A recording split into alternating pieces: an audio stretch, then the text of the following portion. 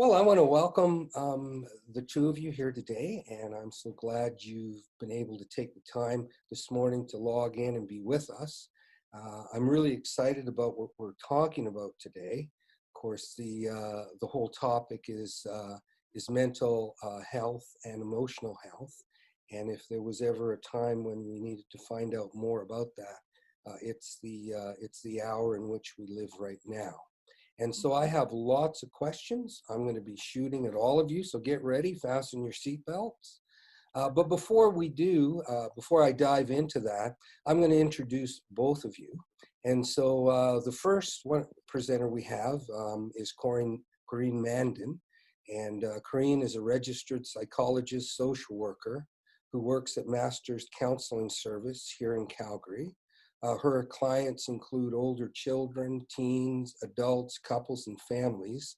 And she has worked in residential care, group homes, family, school, and community settings, as well as the private practice as well. She's married to a wonderful guy. His name is Terry. They have 3 beautiful children. And believe it or not, they have been attending Royal Oak Victory Church for over 20 years now. And Corinne, presently, she serves on our worship team. And so it's great to have you with us this morning, Corinne.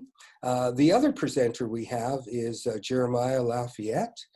And Jeremiah is a registered professional counselor with the Canadian Professional Counselors Association. Jeremiah has been counseling for over 10 years, which also includes over 25 years of not-for-profit work and management experience. He has been producing positive counseling results with individuals, couples, families, restoring individuals' wholeness and health in relationships. He's dealt with issues of trauma, crisis, depression, anxiety, marital counseling, and also some mental health challenges as well. And Jeremiah is married to a beautiful gal by the name of Joelle, and they have 5 children, and they have been attending our church for over 10 years. And Jeremiah also is presently serving on our worship team. Not only that, his wife Joelle, she is on a part of our staff, and she helps out with our children's ministry. And so it's fantastic to have both of you here today. And, you know, as I said, I'm going to be firing off a lot of questions at you. But before I do, what I'd like to do is kind of set a little bit of a backdrop. And as far as where we are living right now. And so here we are, we're stuck in lockdown for almost 2 months now. Many of us aren't going into work. We're actually working from home. Some of us, of course, we're not working at all. We've lost our job. So that has its own share of stress and anxiety. Of course, on top of that, our kids aren't going to school. We're teaching them at home. And then, of course, when we talk about lockdown, there's so many things that are closed. I mean, restaurants and gyms and movie theaters and rec centers have all been shut down during these last 2 months. Of course, if that wasn't bad enough, layered on top of that is the fear of economic shutdown and collapse. And then, of course, throw into that the fear of the COVID virus itself. And so that's kind of the backdrop that all of us are living in right now. And sort of with that painted there, I think the first question I want to ask you guys is what kinds of things is this producing in our lives, living in this kind of an atmosphere that I just described? And so, Corinne, maybe you want to just share a little bit first. Sure. Pardon me, I'm noticing there's so much uncertainty and we just don't know what to expect. So when kids say, you know, when when will I be able to go and play on the playground? When can we don't know. And with us, we like to know what to expect and to have a timeline to work toward, right? And so this can feel deeply unsettling for us. And I think that this loss of certainty, loss of connection with people is so distressing to us. So we see a lot of that depression or anxiety, or just wanting, what can I stand on, the things that I relied on before, my work, my school. We don't have those structures in our lives externally right now to keep us focused, I guess, or to anchor our day a little bit. Yeah, absolutely. Jeremiah, do you want to speak into that? Yeah, I definitely would say that we're definitely in a brand new world today, where it's unprecedented. We have worldwide global coverage of a worldwide trauma situation that has occurred within all of our lives, both individually, as families, as businesses. Everyone is involved with this. And it's not just that we hear a record or we have a letter saying, oh, over here in the country, it's really bad. No, we are seeing this everywhere live, okay, online through interviews.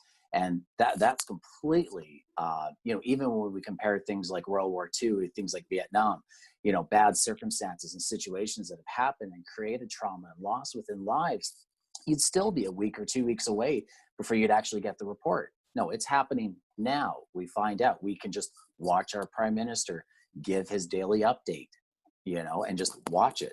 That's unprecedented to what we've seen and how things have transpired, which then leads to other areas of newness that, although it might at first glance seem really cool and futuristic, is creating a bit of fatigue. One example that, I talk about is screen fatigue that happens. A lot of people are getting very tired of, first it was neat to have the Zoom meeting as we're doing right now, but now it's like, okay, that's great. When are we going to actually go back to physical contact meetings? And we don't know what's going to happen with that. It creates a lot of uncertainty that we'll be talking about as we move along with our discussion today. Yeah, absolutely. And so, we maybe some of us used to have a problem with going on Facebook a little bit too much, watching a screen a little bit too much. But it seems like now it's almost like, well, it's true. That's the only way we can connect in many ways with the people around us. And so screen fatigue is become a problem. Of course, another big issue, and we've been hearing this as we've been calling people in the church and talking to them, of course, is the whole area of anxiety and depression. Yeah, and absolutely. So maybe you guys want to speak a little bit into that this morning. Yeah, I think definitely when we talk about areas such as anxiety, depression, they're all outcomes of all the areas, of no control that we have because of having to socially isolate. Anything that was there before to begin with, if I had issues in marriage, if I had addictions that I was dealing with, all of that has been compressed now to my inner daily world of having to stay at home, or maybe having to work from home and having to deal with my family at home, dealing with my kids at home. It's all compressed. So if you had issues now, they're now compressed. And it's almost, the picture I like to use is the pressure cooker, that everything's being suppressed, but like a volcano. If you ever, I don't know if you've ever tried to put, I don't recommend it, but if you ever try to put your hand over a volcano, good luck, right? You can maybe suppress it for a bit, but eventually it's going to eventually blow up and poof, it's going to explode. And so we're dealing with a lot of pressures that are happening, which is only then, the outcome is only going to be increased addictions, increased, domestic violence, increase of all sorts of areas, depression, anxiety that, a lot of people are dealing with. And it might not appear to be, maybe 2 months ago, it wasn't apparent at first, but now we're starting to see that pressure starting to build up. And if not dealt with, we're definitely going to see huge increase, I believe, of issues like depression and anxiety. Yeah. No. I also think that the more we're looking online for our information, as you were talking about screen fatigue, And what you're saying, Jeremiah, about the pre-existing stuff that we walked into this pandemic with, but where are we getting our information? We're getting it online, the news, Justin Trudeau and whatever, but we're also still getting information from Facebook, and we have to be very careful about what we put in. Yeah. Because so much of this, as you were saying, we feel such a loss of control, a loss of ability to influence how things are going.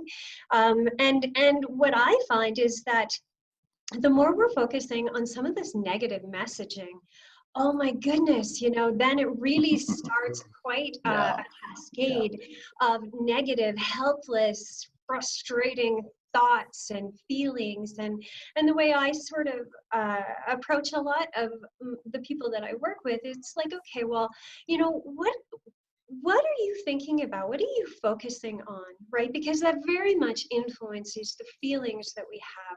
And together that works to influence the way we behave, right, towards ourselves. Are we being kind to ourselves? Are we taking a break when we need it? And also towards other people, to our family, as you were saying, Jeremiah, they are the people we're in isolation with. But also, I'm seeing it when I go out in the community to get groceries. Wow, or walk my dog. I've seen like kind of meltdowns on the pathways. And it really has to do, I think, with people's fear and what they're focusing on. And I think we need to have some ways to kind of shift that sort of spiral a little bit. No, it's very good. So some of us are dealing, of course, with things we've never had to face before. Of course, Jeremiah, what you said is so true. I mean, some of us had some of these things inside of us, and it's this isolation and stress that's bringing it to the surface. Of course, it wouldn't be complete unless we talked a little bit about family dynamics. Now, we all know the saying, abstinence makes the heart grow fonder. Of course, under lockdown, we've had less of that. And so the family dynamics are very different now.